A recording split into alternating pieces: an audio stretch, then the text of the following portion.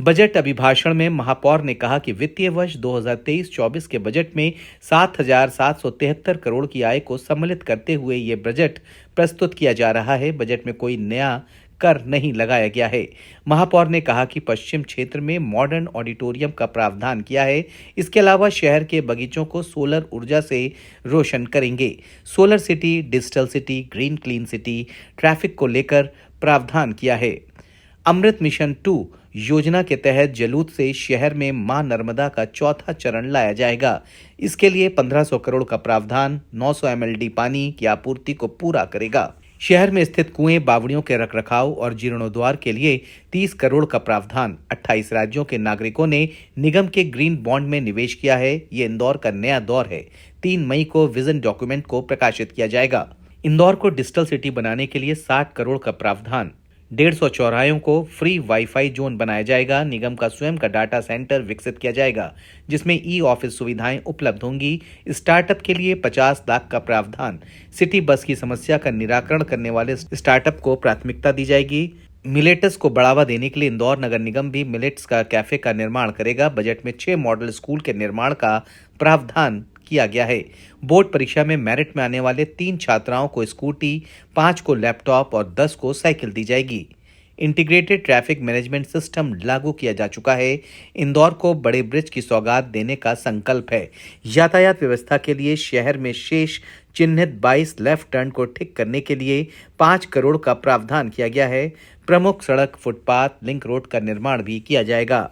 ये बजट भारत के सबसे स्वच्छ शहर का बजट है, जो माननीय प्रधानमंत्री नरेंद्र मोदी जी के विजन, प्रदेश के यशस्वी मुख्यमंत्री श्री शिवराज सिंह जी चौहान के मिशन का बजट है। ये बजट इंदौर के विकास की तेज रफ्तार का बजट है। ये बजट मध्य प्रदेश या किसी भी अर्बन लोकल बॉडी का पहला पेपरलेस डिजिटल बजट है। ये इंदौर के सोलर सिटी का बजट है। ये इंदौर की डिजिटल सिटी का बजट है। ये बजट युवाओं के लिए, महिलाओं के लिए, नगर निगम के कर्मचारियों के लिए जितना प्रभावी है, उतना से ज़्यादा इंदौर की 38 लाख से ज़्यादा जनता को समर्पित है। उनके विकास के लिए जो सुविधाएं इस बजट में हैं, वो आने वाले इंदौर 2050 की गाथा को लिखेगा। 2050 तक की पानी की सुविधा, ट्रैफिक के मैनेजमेंट की सुविधा, खेलों की दृष्टि से है। इसमें जो प्रमुख नवाचार हैं, मां नर्मदा जी का चौथा चरण इंदौर को लाने का ये बजट रहेगा। इंदौर की 400 गेटेड कॉलोनियाँ के बिजली का बिल जो स्ट्रीट लाइट में लगता है, उसका वित्तीय भार लेने का काम नगर निगम करेगी। युवाओं के लिए 19 और 22 जोनों में लाइब्रेरी के साथ साथ कैरियर काउंसलिंग सेंटर स्थापित किए जाएंगे। कर्मचारियों की दृष्टि से 16 मई 2007 के बाद नियुक्त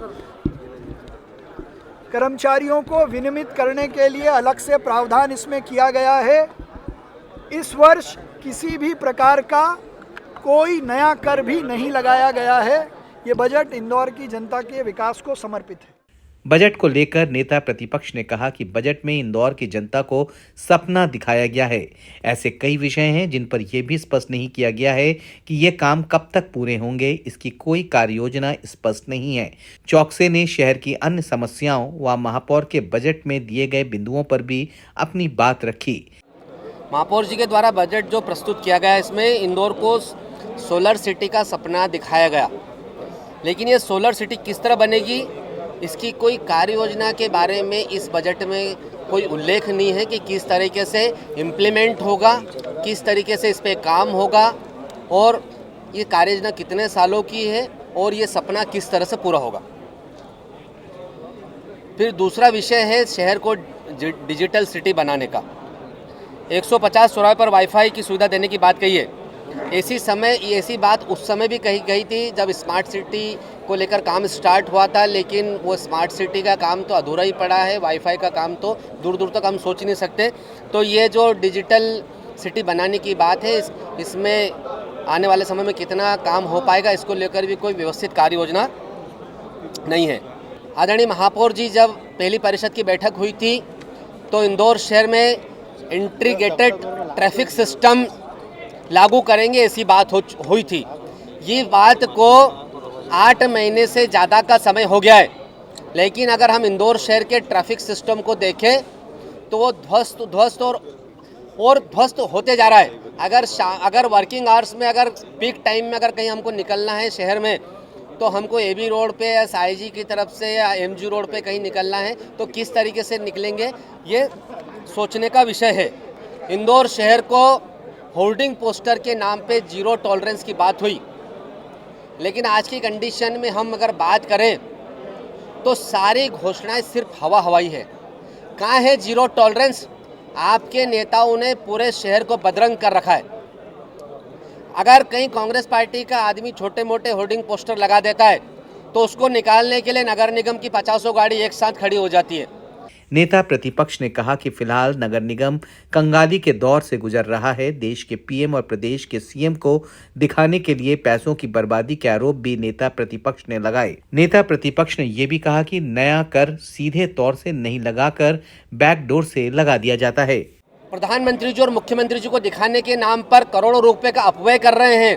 अगर पार्षद अपने वार्ड में ड्रेनेज लाइन को बात करता है, नर्मदा लाइन को लेकर बात करता है, सड़क को लेकर बात करता है, ब्लॉक को लेकर बात करता है, तो आप बोलते हैं आपको 20 लाख मिलेंगे, 25 लाख मिलेंगे। और किस तरीके से एक वार्ड में 30-40 लाख की ड्रेनेज से कैसे काम करोगे? 30-40 लाख की ड्रेनेज में एक मोहल्ले में भी ड्रेनेज नहीं डल पाती है। तो निश्चित रूप से वास्तविकता से परे है, सिर्फ हवाई है।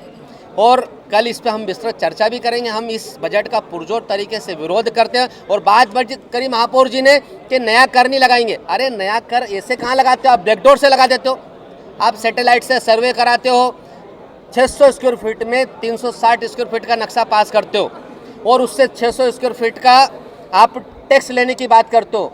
एक तरफ हम नियम कायदे कानून की बात करते हैं, दूसरी तरफ हम खुद ही तोड़ रहे हैं कि किस तरीके से पिछले दिनों आपने जीआईएस सर्वे के नाम पर लोगों को लूटा।